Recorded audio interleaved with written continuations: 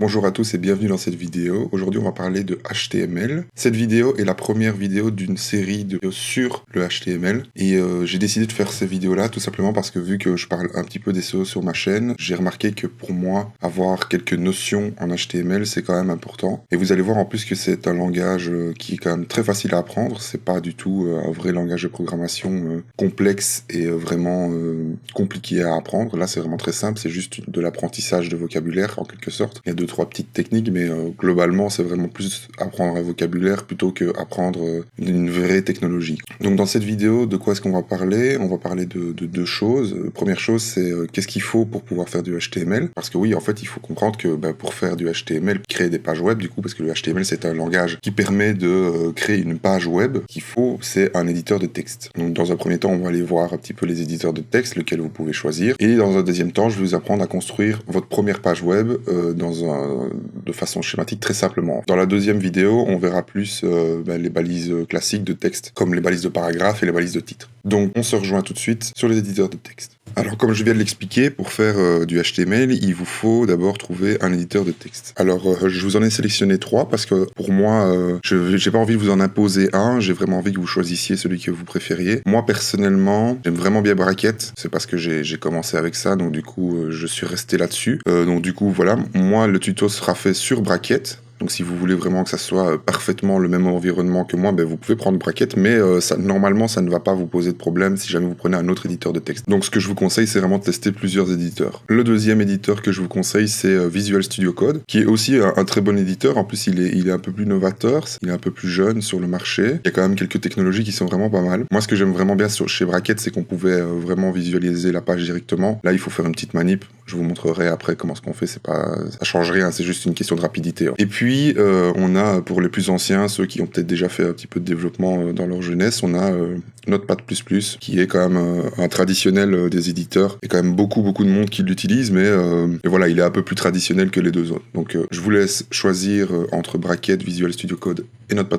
Il y en a bien d'autres, hein, si jamais vous en trouvez un autre, il n'y a pas de problème, vous pouvez choisir un autre. Et globalement, tout ce que je vais vous montrer dans le tuto, ça n'impactera pas fortement selon votre éditeur de texte. Alors voilà, ici on est sur Bracket, donc ce qu'on va faire maintenant, c'est on va créer notre première page HTML. Donc pour la créer tout simplement, le traditionnel, au fichier nouveau, donc là vous avez votre première page. Et ce que vous devez faire maintenant, c'est tout simplement l'enregistrer. Donc on clique enregistrer sous. Donc là vous allez arriver dans l'enregistrer sous, et ce que vous allez faire tout simplement, c'est vous allez noter index.html. Alors pourquoi est-ce qu'il faut noter ça? En règle générale, donc c'est pas une obligation, vous pouvez l'appeler comme vous voulez, vous pouvez l'appeler page 1 ou page principale, mais en règle générale, en HTML, on appelle la première page qu'on crée index. Et le point HTML, c'est tout simplement pour spécifier que c'est une page HTML. Donc une fois que vous avez créé votre page index.html, vous revenez sur Bracket, et sur Bracket, ce qui va se passer, je vais faire un zoom, vous allez écrire tout simplement pour spécifier que c'est une nouvelle page. Vous allez ouvrir avec ce petit symbole, donc c'est le signe plus petit que, et vous allez mettre un point d'exclamation, et ensuite en majuscule, doctype HTML. Et puis vous fermez avec le plus grand que. Donc ça c'est la base d'une page HTML. Donc avant de continuer, je vais vous expliquer un petit peu comment fonctionne le HTML et comment ce qui se construit. Donc il faut savoir qu'en HTML on a des balises. Et alors les balises s'écrit comme ceci. Donc c'est pareil que tantôt, sauf que ici c'est une balise et on la ferme. Et généralement il y a une deuxième balise fermante qui va s'écrire comme ceci. Donc ça, ce sera une balise ouvrante, et ça, c'est une balise fermante. Il y a des exceptions, on en parlera plus tard, il y a des balises qui ne se ferment pas, il y a des balises qui sont écrites juste avec une balise ouvrante, mais on en parlera après. Donc ça, c'est vraiment une balise de base en HTML. Donc, je vous explique ça parce que c'est vraiment important à comprendre, c'est la structure de base. Ensuite, dans les balises, des fois, on peut souhaiter ajouter un attribut. Et les attributs, c'est toujours écrit de la même façon aussi, c'est attribut, et on met un égal, et ensuite deux guillemets.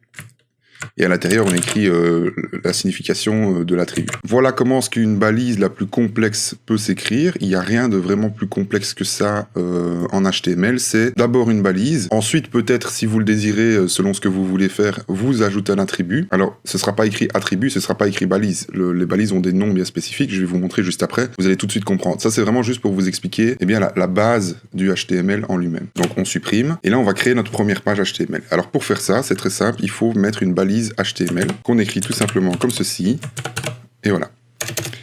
On l'ouvre, et à l'intérieur de cette balise HTML, on va y créer une autre balise qu'on va appeler la balise head. Pareil, on l'ouvre, et après la balise head, donc pas à l'intérieur de la balise head, après la balise head, on va écrire tout simplement une balise body. Donc voilà.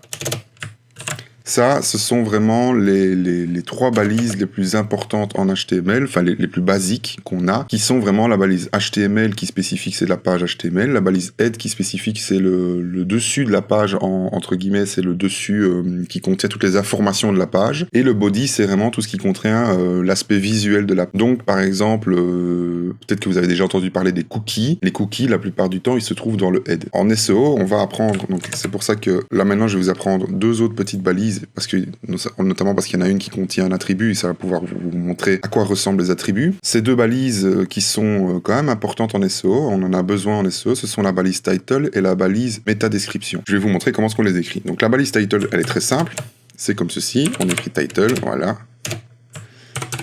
et on a une balise title. Donc, on va la nommer. Voilà comment est-ce qu'on nomme une balise title.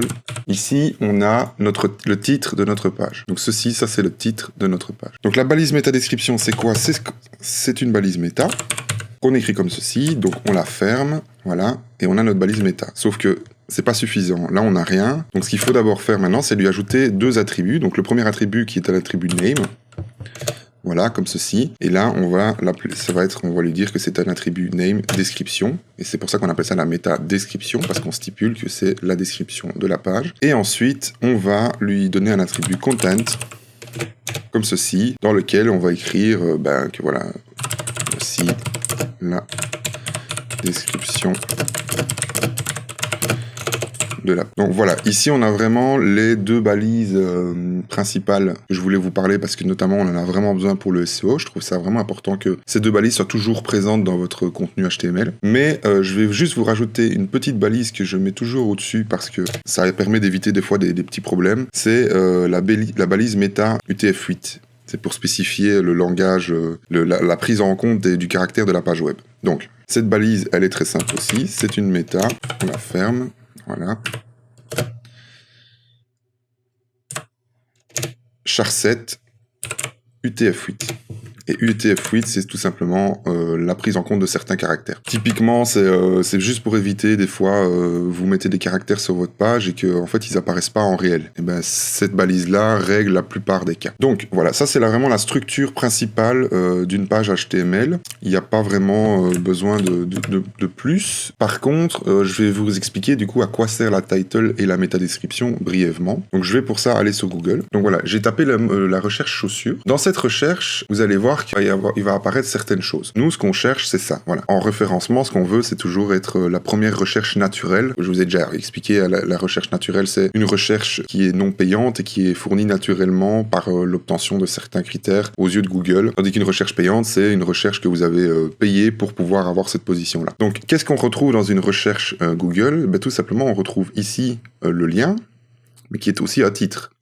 Et vous avez l'URL au-dessus. Ceci sera défini par la balise title. Et en dessous, vous avez une description. Et cette description sera déterminée par la balise métadescription, tout simplement. Donc voilà, c'est pour ça que c'est super important d'avoir ces deux notions en HTML. C'est que, comme ça, si jamais un jour vous avez un éditeur, un CMS, comme WordPress par exemple, qui ne vous fournit pas et que vous n'arrivez pas à trouver de plugin qui fournit des titles et des métadescriptions, au moins vous savez où elles se trouvent, vous savez comment est-ce qu'on fait pour les remplacer. Donc maintenant, j'aimerais bien vous expliquer quelque chose de très simple. C'est que ben voilà, on fait une page HTML, mais nous, on aimerait bien voir ce que ça donne. Et pour ça, il y a deux possibilités. Si jamais vous avez pris l'éditeur de texte comme moi, Bracket, il y a le petit logo qui est ici, qui permet, donc c'est une espèce de petit éclair. Cet éclair, en cliquant dessus, je vous montre, vous permet d'afficher une page web. Et ça, c'est la page web que vous avez créée. Vous voyez, il n'y a rien dessus. Eh bien, en fait, c'est totalement normal, mais par contre, vous voyez qu'au-dessus, il est stipulé ma première page. Donc ça veut dire que c'est bien celle-là, parce que ça c'est la balise title. Tout ce qu'on a créé est déjà dessus, c'est juste que nous, tout ce qu'on a créé, c'est dans le head, et le head ne s'affiche pas visuellement sur la page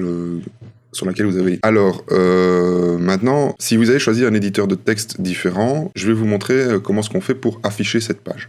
Pour ça, il faut aller dans le dossier. Donc voilà, maintenant que vous êtes dans le dossier, c'est très simple. Il suffit juste de, voilà, vous voyez, il y a le petit logo Chrome, donc ça veut dire que par défaut, il va s'allumer en Chrome, mais si jamais il n'y a pas le petit logo Chrome, c'est pas grave. Vous faites ici, ouvrir avec Firefox Google Chrome. Donc là, ici, on va ouvrir avec Google Chrome. Et pareil, on va avoir la page web qui va s'ouvrir. Donc voilà, ça c'est la page web. Et comme vous voyez, comme d'habitude, la page web, elle est vide, mais c'est la même page web.